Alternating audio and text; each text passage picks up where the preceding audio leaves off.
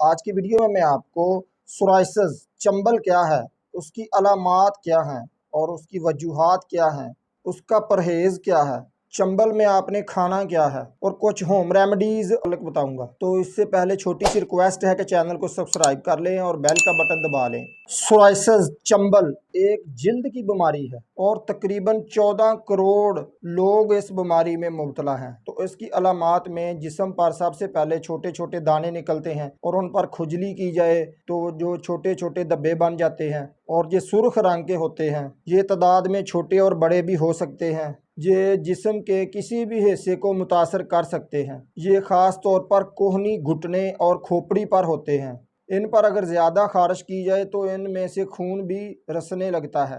یہ چھوت کی بیماری نہیں ہے، یعنی یہ ایک سے دوسرے میں منتقل نہیں ہوتی ہے۔ سورائسز کی وجوہات کازز۔ سورائسز کی وجوہات میں سب سے پہلے معدے میں خشکی رہتی ہے۔ قبض اور بواسیر کے مریضوں کو یہ زیادہ تر سورائسز کا مسئلہ بن جاتا ہے۔ بازاری کھانے، سپائسی اور فرائی فوڈز، مدافعتی نظام کی کمزوری یا خرابی، موسم کی تبدیلی، سگریٹ اور شراب نوشی، بکثرت ادویات کا استعمال اور ڈپریشن، یہ سب وجوہات ہیں جن کی وجہ سے سورائسز کا اٹیک ہو سکتا ہے۔ پریونشن آف سورائسز، یعنی کہ سورائسز میں جو آپ نے پرہیز کرنی ہے ان میں سب سے پہلے آپ نے سردی کے موسم میں آپ نے اپنے زخموں کو ڈھانپ کر رکھنا ہے، اور جب آپ دھوپ میں نکلیں، سخت دھوپ میں، تو اس وقت بھی آپ نے زخموں کو ڈھانپنا ہے۔ زخموں پر کوئی نہ کوئی لیکوڈ چیز کا استعمال کرنا ہے تاکہ وہ سخت نہ ہو جائیں اور ان میں درد نہ ہو اور کھجلی نہ ہو۔ لیکوڈ چیز میں آپ کوئی اسٹیرائڈ کریم یا کوئی آئل جن میں کوکونٹ ہے یا زیتون کا آئل بھی لگا سکتے ہیں۔ پیٹرولیم جیلی یا ویزلین بھی اپنے زخموں پر لگا کر رکھیں تاکہ وہ اکڑ نہ جائیں اور اس میں درد نہ ہو اور کھجلی نہ ہو۔ بازاری کھانوں اور سپائسی فوڈز اور فرائی چیزوں سے آپ نے بچنا ہے۔ شراب نوشی کو بالکل ترک کر دیں، سگریٹ نوشی کو بند کر دیں۔ سورائسز میں آپ نے کیا کھانا ہے؟ آپ نے پانی کا زیادہ سے زیادہ استعمال کرنا ہے تاکہ معدے کی خشکی، قبض نہ رہے۔ پھلوں میں پپیتا اور چکوترے کا استعمال زیادہ سے زیادہ کریں۔ اس کے علاوہ اولیو آئل، کوکونٹ آئل، انڈے کی سفیدی، مچھلی کے کیپسول جو ہوتے ہیں وہ زیادہ استعمال کریں۔ ڈاکٹر کی ہدایت کے مطابق نیروبیان کا انجیکشن بھی لگواتے رہیں۔ اگر آپ کو شوگر کا مسئلہ ہے تو اس کو بھی نارمل رکھنے کی کوشش کریں۔